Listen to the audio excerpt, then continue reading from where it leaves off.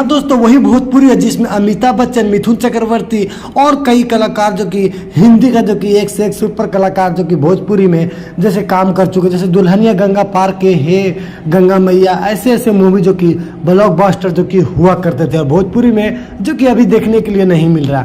आपको पता होगा जो अभी के टाइम पे जो कि चल रहा है वो सिर्फ धोड़ी चटना, देवरा धोड़ी चटना बा, देवरा धोड़ी कुआं कैले बा, एक से एक गाना जो कि लेकर आ रहा है। और भोजपुरी का एक ऐसे ऐसे गाने में आपको बता दूंगा जिससे आप सुनकर आप बिना ही हेडफोन लगाकर बिना सुने से सुन ही नहीं सकते हैं। जैसे हम बात करेंगे पलंग करे चोई चोई और कई कलाकार जो कि ऐसे ऐसे जो कि कलाकार जो कि भोजपुरी में इंडस्ट्री में पैदा हो गए, जिससे की वजह से जो कि भोजपुरी बदनाम हो रहा है। आपको पता होगा जो कि भोजपुरी एक बर्बाद होने के कतार के ऊपर जो कि एकदम बिल्कुल ही चढ़ गया है। मान लीजिए एक तरह से भोजपुरी बिल्कुल ही आने वाले समय में एक तरह से ख़त्म हो जाएगा, ये बिल्कुल ही भाषा जो कि लुप्त हो जाएगा।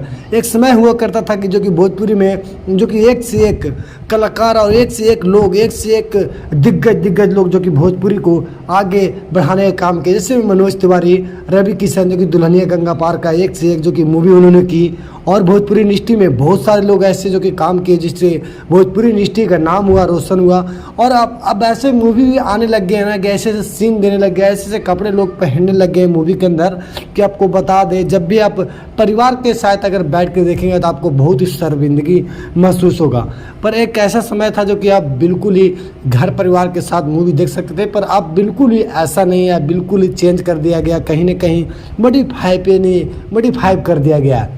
और बता दें भोजपुरी में विवाद होता रहता है, एक दूसरे से लड़ाई झगड़े भी होता रहता है। आपको पता होगा जो कि पवन खेसारी से भी जो कि लड़ाई चलता रहता है।